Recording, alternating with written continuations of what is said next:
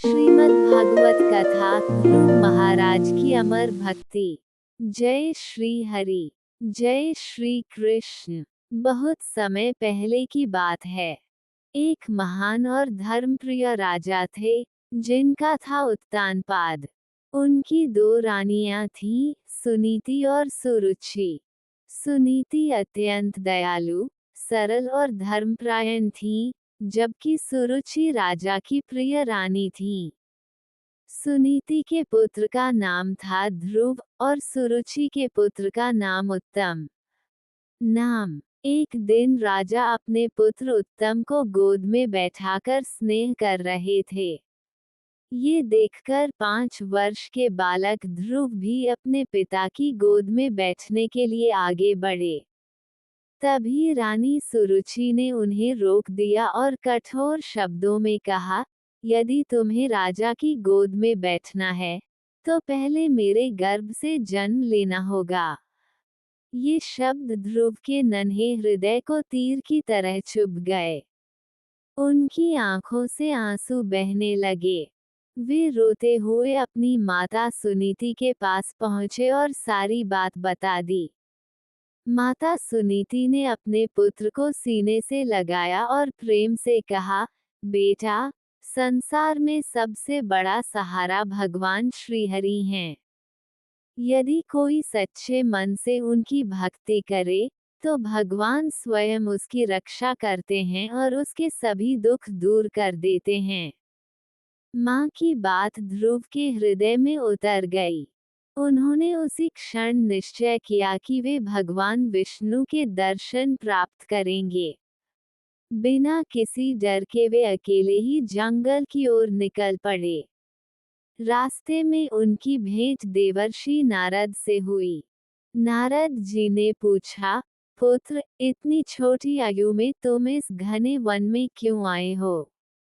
ध्रुव ने दृढ़ स्वर में कहा, मैं भगवान श्रीहरि के दर्शन करना चाहता हूँ। जब तक मुझे उनके दर्शन नहीं होंगे, मैं लौटकर नहीं जाऊंगा। ध्रुव की अटूट श्रद्धा देखकर नारद जी अत्यंत प्रसन्न हुए।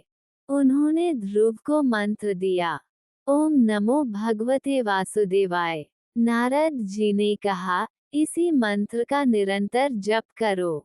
भगवान अवश्य प्रसन्न होंगे। ध्रुव ने मधुवन में कठोर तपस्या आरंभ कर दी।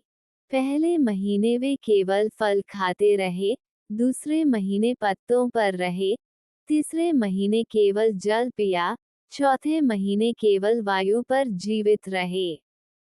5वें महीने वे एक पैर पर खड़े होकर निरंतर भगवान का ध्यान करने लगे। उनकी तपस्या इतनी महान थी कि तीनों लोकों में उसका प्रभाव दिखाई देने लगा।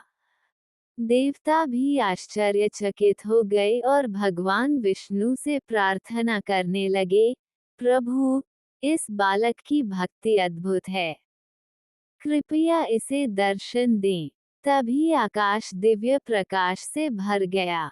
शंख, चक्र, गदा और पद्म धारण किए भगवान श्रीहरि गरुड़ पर विराजमान होकर ध्रुव के सामने प्रकट हुए। भगवान के दर्शन होते ही ध्रुव की आंखों से आनंद के आंसू बहने लगे। वे भाव विभोर होकर भगवान के चरणों में गिर पड़े। भगवान विष्णु ने मुस्कुराकर कहा, वत्स ध्रुव, तुम्हारी अटल भक्ति से मैं अत्यंत प्रसन्न हूँ। मांगो, तुम्हें जो वर चाहिए। ध्रुव ने हाथ जोड़कर कहा, प्रभु, अब मुझे किसी राज्य, धन या वैभव की इच्छा नहीं। मुझे केवल आपकी भक्ति चाहिए। भगवान विष्णु ने प्रसन्न होकर कहा, ध्रुव, तुम्हारा नाम सदा अमर रहेगा। तुम्हें ध्रुवलोक प्राप्त होगा, जहाँ से तुम्हारा स्थान कभी नहीं डिगेगा। ध्रुव अपने राज्य लौटे। उन्होंने धर्मपूर्वक शासन किया और जीवन भर भगवान श्रीहरि की भक्ति में लगे रहे। आज भी आकाश